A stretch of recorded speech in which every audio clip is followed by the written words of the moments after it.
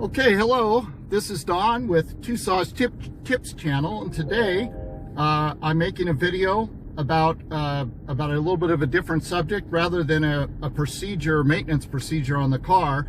Today I'm going to discuss one of the features of this car. This is a 2024 Toyota Camry. This feature is pretty much a universal feature that pretty much all cars have, and that feature is recirculation. A lot of times it's for when you use your air conditioning. You can put it on recirculation, and that will allow the air to recirculate. Rather than bringing fresh air in from the outside, it recirculates the air. And when you're running the AC, that helps save energy and make cooling of the interior of the car more efficient. However, there is a downside to recirculation, and that's what this video is about. And that is that it cuts off ventilation inside the car, and the amount of carbon dioxide, or CO2, inside the car raises dramatically when you run recirculation. And a lot of times the recirculation will come on automatically when you put the AC on. In certain circumstances, they really want you to use it. They really encourage it. So even if you actively don't put the recirculation on, it'll put it on automatically. And I don't think that's really good, because one of the things that happens is that with carbon dioxide is if the level is really high, it can make you drowsy. That's really not a good idea, I don't think, for in a driving situation. So today we're going to do a little experiment. You can go down and pan down to the CO2 meter. We have a CO2 meter, and this is not a scientific instrument, but it's good enough. It's accurate to probably plus or minus about 10% or so. So it's not exactly very precise, but it gives you a pretty decent idea.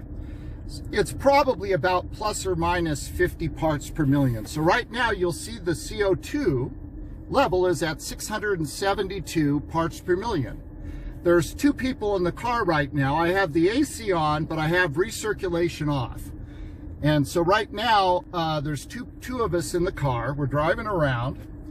And the thing is, outdoor air has about 400 parts per million, approximately 400 parts per million of CO2, just regular fresh outside air. And typically indoors, it's higher than that, obviously. But they have actually done studies on this, and they found that at about 1,000 parts per million or so, it can begin to affect people in a negative way. It can actually affect people's alertness, sometimes kind of cause drowsiness or make them a little bit slower when it comes to doing certain kinds of tasks, certain kinds of mental tasks.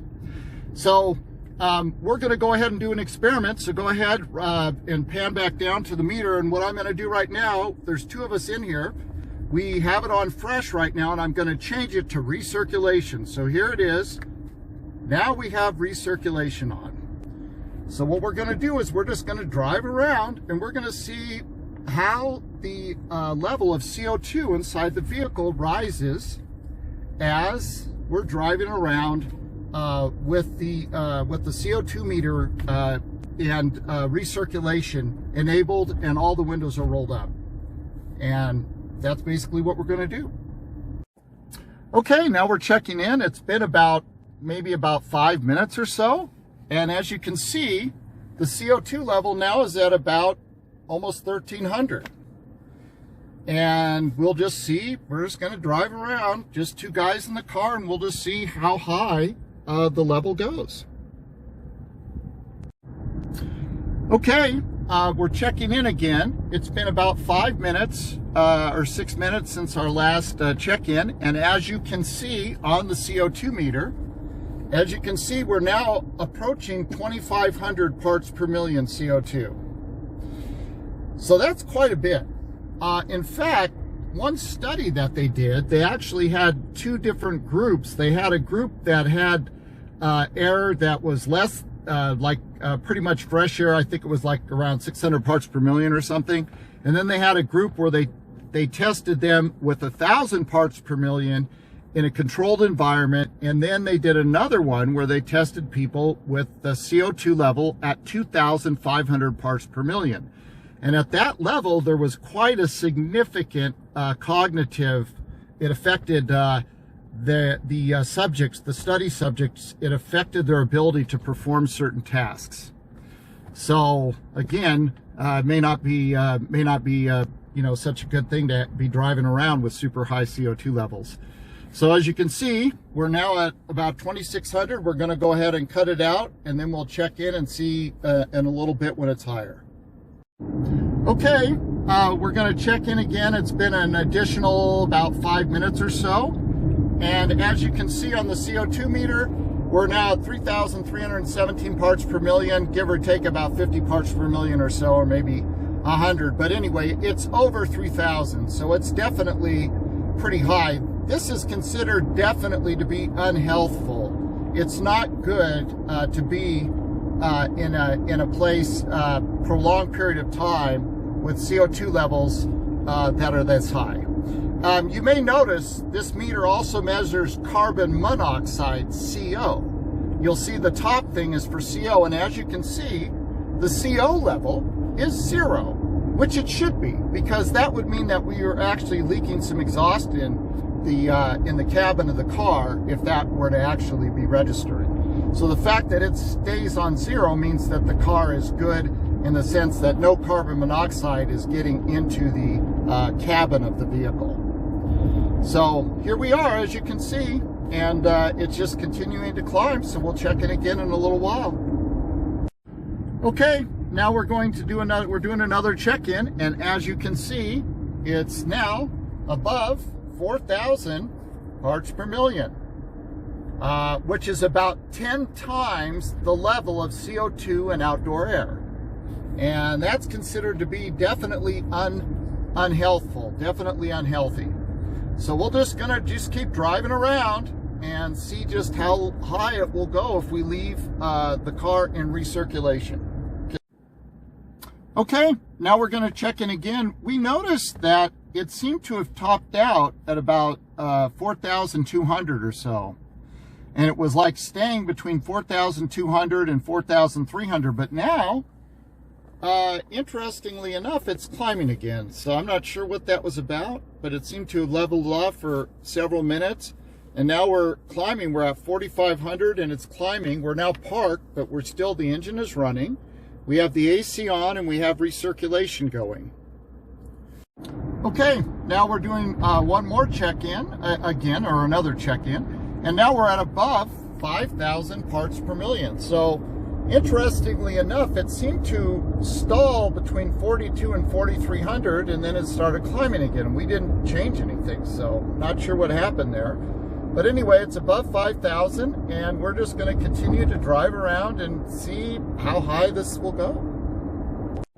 Okay, this is another check-in. Interestingly enough, it did go above 5,000. It went up to about 52 or 5,300 parts per million, but now it's down to about 4,800, and it's actually going down.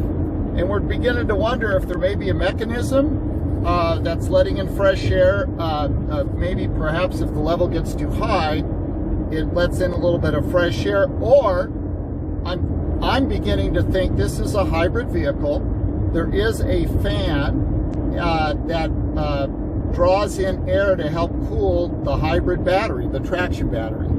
So it may be possible that that fan is coming on, drawing a very slight vacuum on the inside of the car, and we're actually pulling a little bit of fresh air through because of the hybrid battery ventilation system. Perhaps a little bit of more fresh air is coming in.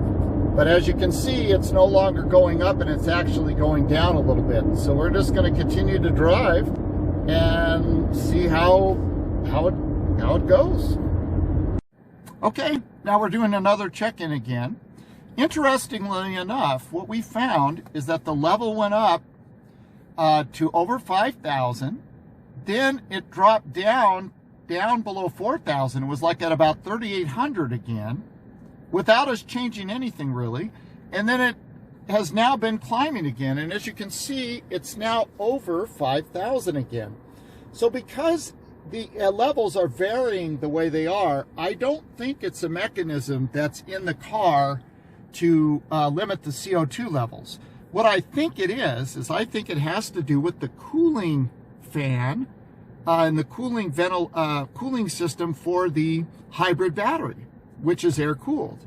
The hybrid traction battery, which is in the back seat of the vehicle. So I think what's happening is when the battery gets warm, that fan comes on, and it's actually sucking some air from inside the car, kind of pulling a little bit of a vacuum, and maybe that's allowing more some outdoor air to seep in. And then what happens is when that fan goes off, it doesn't do that. And furthermore, I believe that on the it does exhaust outside the car, and I believe that there might be maybe a one-way flap or something they have there, so it stays sealed when that fan isn't turning on, so you're not like keeping outdoor air in to help keep the battery cool. So I'm thinking that maybe something like that is happening, where the cooling fan for the hybrid battery is coming on and going off, and that's the reason why we're getting these varying levels, because we have not really changed anything. And as you can see now, look, it is now still climbing. It is at getting close, it's at over 5,300, almost going to 5,400 parts per million. So we're just gonna stay parked now, and we'll just see how high this will go, and then just report back on it. Okay, we're doing another check-in. As you can see, we're sitting here parked in a parking lot, and as you can see, it's now over 6,000 parts per million, which is really high. So I don't know, we'll see. Maybe because we're parked, the battery, the hybrid battery, really isn't being charged or discharged very much.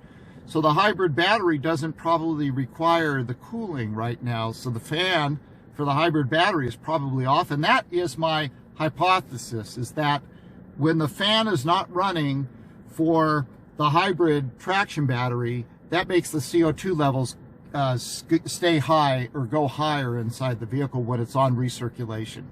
But we're going to test it. We're going to see it's still going up, and we're going to see either how high it will go, or it'll get so high that we begin to feel sick and we can't stand it anymore, in which case we'll go ahead and open up the windows and end the video that way. Okay, as you can see, it is now over 7,000, and it's still climbing. We're parked, we have the AC on, and we're running it with recirculation, and we're just parked in a parking lot, and it's continuing to climb.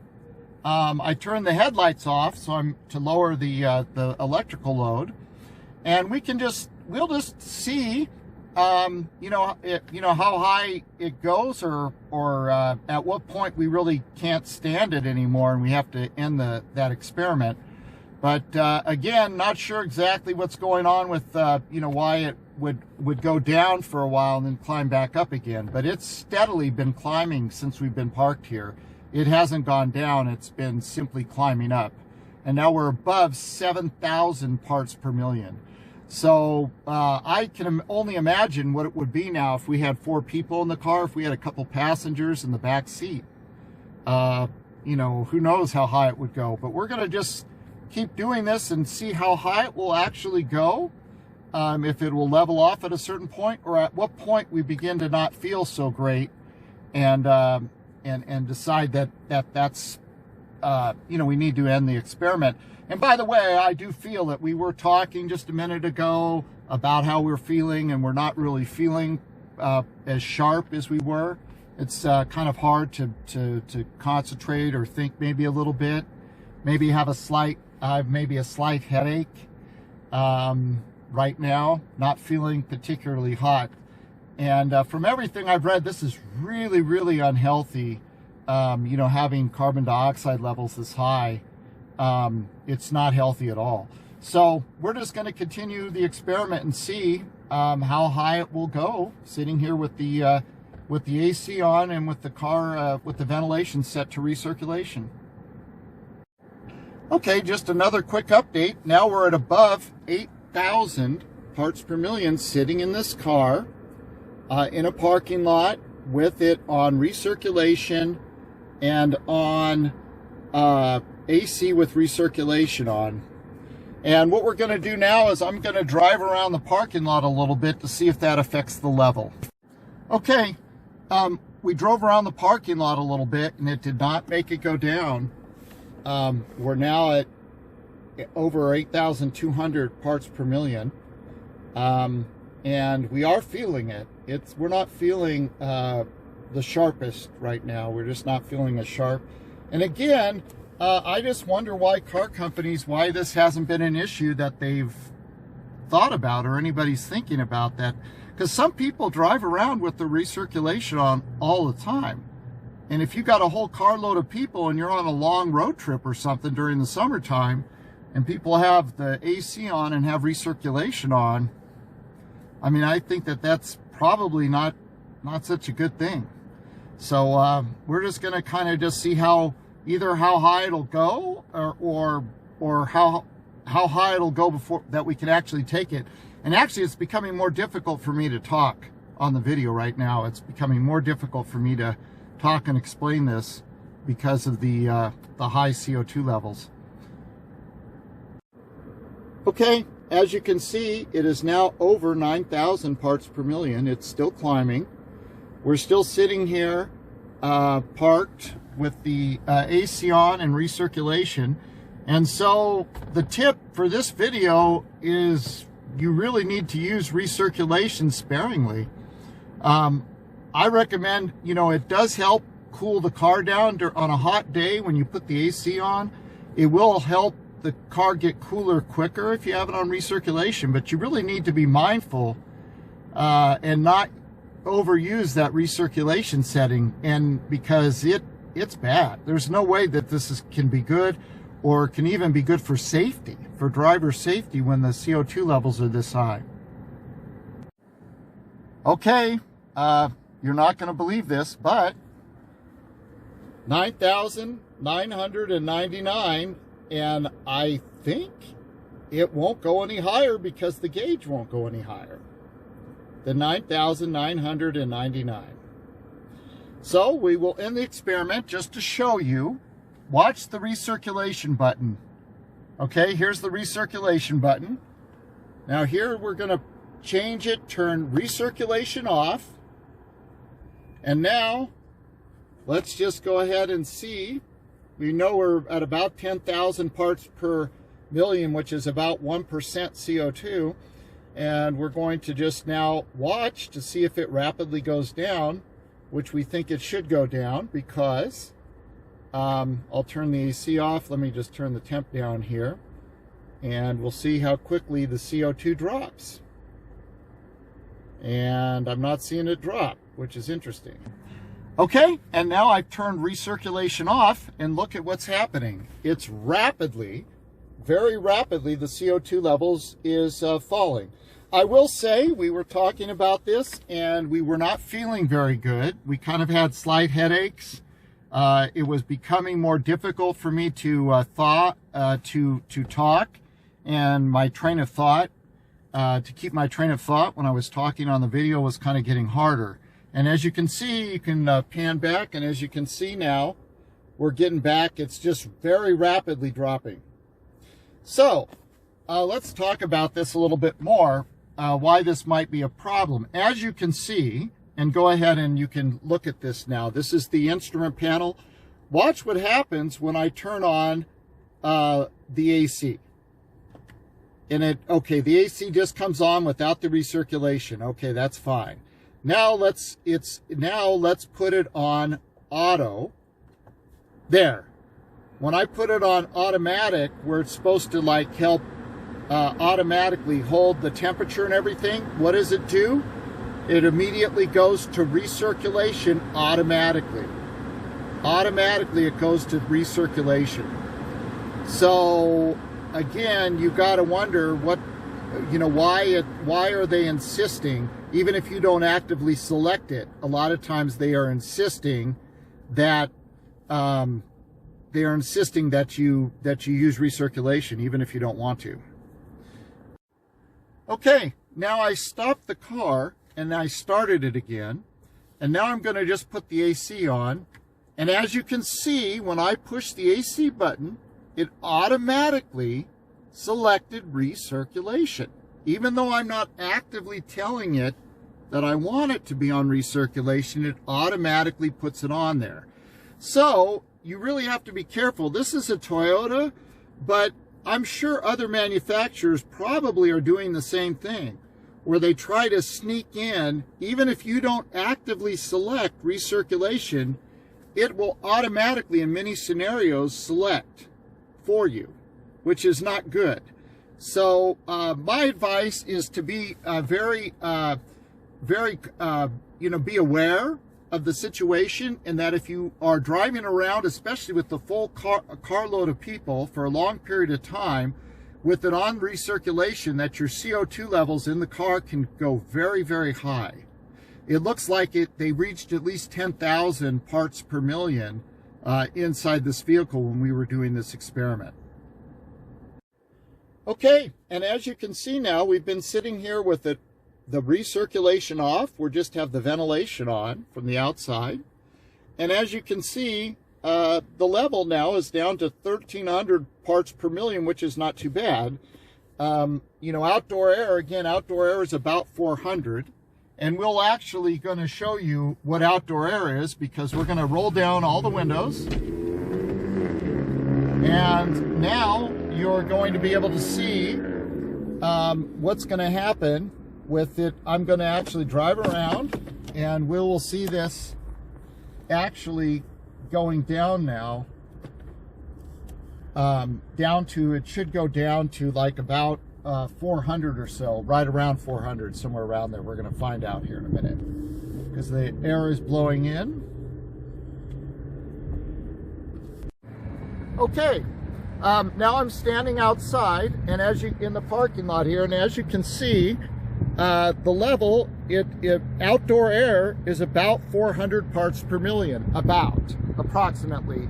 I don't know exactly what it is on a global level, but it's about 400 parts per million. I actually should look that up. But as you can see, it's reading about 400, so which means that this gauge is pretty accurate. Again, this is not a scientific instrument, but it does give you a general idea. So for example, if it shows it's like 405 or whatever, that means it's probably close, you know, plus or minus, you know, sure, it may be a little higher. It may be 410 or 420 or maybe 3, you know, whatever. But the bottom line is that these gauges that you can buy affordably for like $100 or $200 give you a fairly good idea, general idea of how much CO2 there is. And by the way, we are both feeling much better now. The cameraman and myself, we're feeling much, much better now that we're out in the fresh air and we're not sitting in the car with 10,000 parts per million of CO2. Anyway, just remember, use recirculation on your car. Use it sparingly. And again, thanks for watching. And please, if you found this video to be of value, please like and subscribe. That really does help me. Thank you.